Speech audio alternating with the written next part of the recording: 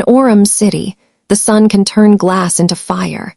And that day I was locked inside as the temperature climbed past 150 degrees.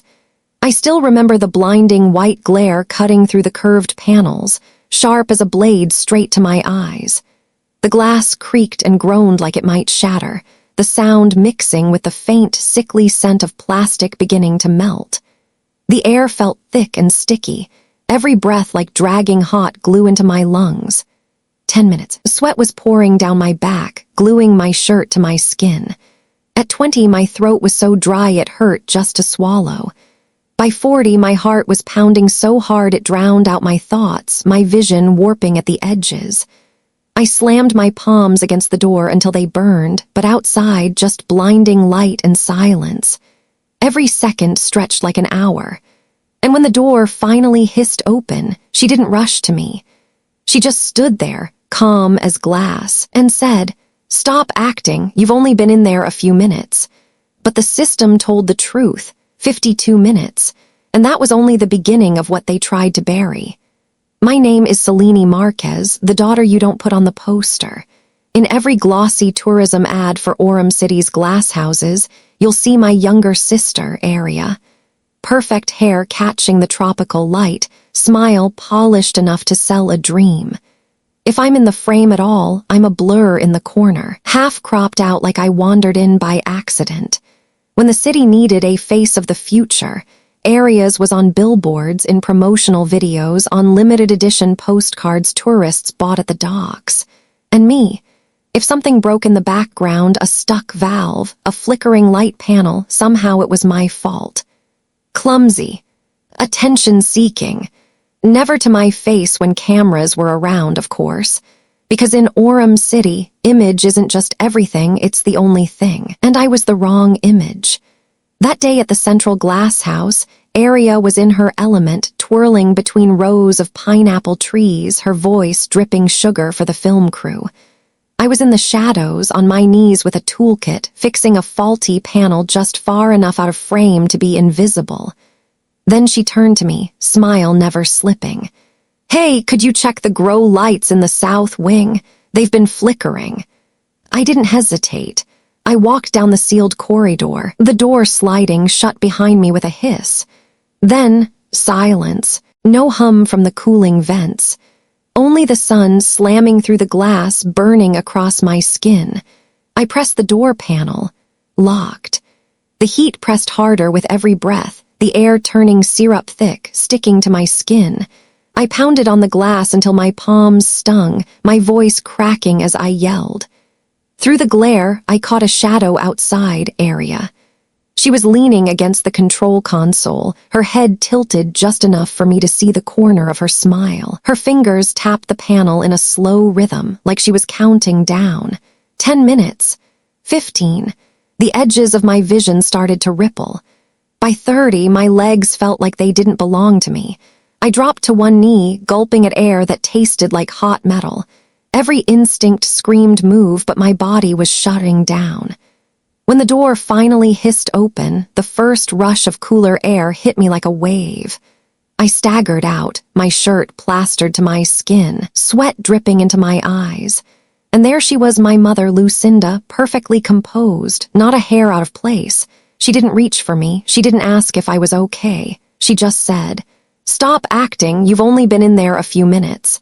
But I'd later see the system log, 52 minutes, cooling manually disabled. And in that moment, I realized this wasn't an accident.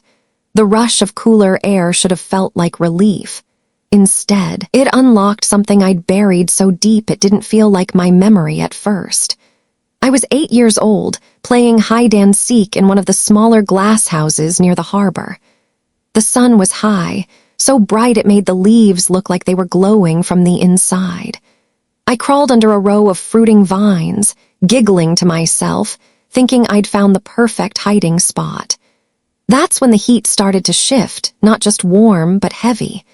The air buzzed in my ears, my skin prickled, and my mouth tasted like I'd been chewing on coins. I remember wanting to stand, to run out into the open, but my body felt slow, like the heat was pushing me into the dirt. Then black, When I woke up, I was in my own bed, the curtains drawn tight. Lucinda sat in the chair beside me, her voice low and smooth as she told the neighbors outside. She ate unwashed fruit and got sick. Kids don't know better. No one questioned it. Why would they? In Aurum City, if something doesn't fit the image, it simply doesn't exist. In Aurum City, truth isn't decided in courtrooms. It's decided in comment sections, in how fast your story trends before someone buries it. 2 days after the lock-in, I pulled the greenhouse system logs from the city's public maintenance archive. 52 minutes inside. Cooling disabled. Manual override from the south wing control panel. I sent it to the oversight board, expecting a meeting, maybe even an investigation. Instead, I got silence. That night, Aria went live. She sat in her sunlit bedroom, tears shining in her eyes, her voice trembling just enough to sound fragile. "Our family is under attack," she said. "Someone's spreading malicious rumors to destroy everything we've built." She begged the people of Aurum City to protect us from cruelty. Her hashtag, #StandWithAria, hit the trending board in under an hour. By morning, influencers were posting pictures with her, brands were offering support packages, and anyone who questioned her story was drowned out as a hater. I watched it all unfold on my screen, my face being dragged through feed after feed, strangers calling me jealous, unstable, toxic. Even people I thought were friends unfollowed me overnight. A few sent messages that made my stomach knot. "You should leave before something worse happens." I wasn't just fighting for the truth anymore. I was fighting an entire city that had already decided who the victim was, and it wasn't me. When the city turns its back, you start looking for doors they forgot to lock. It came from someone I least expected, Ramos, a maintenance engineer I'd helped months ago when his hydroponics sensors fried. I thought he'd forgotten. But that night, in the shadow of the harbor district, he found me. His eyes kept scanning the pier like he was expecting someone to follow him. Without a word, he pressed a small drive into my palm. "Check the auxiliary feed," he said. "Not the main cameras, those get edited." The footage was grainy but clear enough, Aria at the control panel, her fingers tapping a sequence, manual lock engaged, cooling disabled, maximum solar exposure activated. Then she leaned back and waited. 2 days later, another message arrived, this one from a retired security guard. We met in a deserted ferry terminal. His hands shook as he handed me a signed statement. "Mrs. Marquez told me to keep quiet," he said, voice low. "Unless I wanted to lose my pension. It wasn't negligence anymore. It was intent.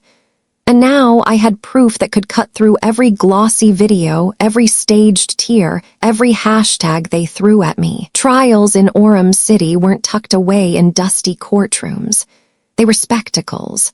The floating civic dome shimmered like a pearl just offshore, its glass walls giving the public a full view. Beyond them, the ocean glittered under the morning sun, as if the whole city had come to watch. News drones hovered overhead, their red recording lights blinking like watchful eyes. Dr. Kai sat behind me, one steady hand on my shoulder. Across the aisle, Aria looked smaller without the curated lighting, but her eyes still flickered with calculation. Lucinda, in a cream suit pressed so sharp it could cut glass, wore the expression of someone in a boardroom, not a hearing. When the judge called for evidence, the screen behind him came alive. The auxiliary footage played, every tap of Aria's fingers, manual lock, cooling disabled, maximum solar exposure.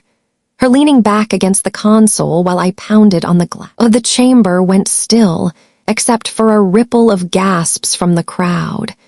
Then came the guard's statement, his voice steady despite the tremor in his hands. "Mrs. Marquez told me to keep silent to protect the family's image." The verdict didn't take long. Aria guilty of reckless endangerment. 6 years in a juvenile rehabilitation facility. Lucinda, stripped of her position as head of the Glasshouse project, barred from public office for a decade. And for the first time, it wasn't Aria's face flooding the city's feeds. It was mine. When the trial ended, I didn't go home. I walked straight to the harbor, the ferry schedule flickering on an old holographic board above the dock. The court had granted my petition to sever guardianship. For the first time in my life, I was legally and finally free from the Marquez name. I signed the papers in bold black ink, my hand steady. Then I crossed out my surname, once clean and final, Selene Ibarra. It felt strange at first, like putting on a coat that didn't quite fit. But the more I said it, the more it settled on me, warm, solid, mine. Dr. Kai was waiting by the pier, a ferry ticket in his hand. No lecture, no pity, just a nod. "Time to go," he said. As the ferry pulled away, Aurum City's skyline shrank behind me, the glass houses gleaming in the morning sun. From a distance, they almost looked beautiful. But I knew what they could do. And this time, I wasn't trapped inside. 1 year later, the salt air smelled different, lighter, freer. I was living in Puerto Plata, studying marine environmental engineering. My hands were calloused from real work, the kind that left you tired in the best way. No cameras, no staged smiles, no one cropping me out of the frame. On the anniversary of the trial, I sat at my desk as the sun slid over the water and began to write. I called it Fire in the Glasshouse. Not just my story, but every moment they tried to erase, every silence they thought would protect them. I wrote about the burn in my lungs, the weight of being invisible, and the day I decided my life wasn't theirs to edit. When I posted it to a global human rights forum, I didn't expect much. By morning, my inbox was full. A teacher from a coastal school asked to share it with her students. A women's advocacy group in Barbados invited me to speak at their event. Even a girl from Florida wrote, "Your story gave me the courage to walk out of my own glass house." Dr. Kai messaged me last. He didn't say much, just one line. "They can take you out of the frame, Selene, but they'll never take you out of the story." And for the first time, I believed it.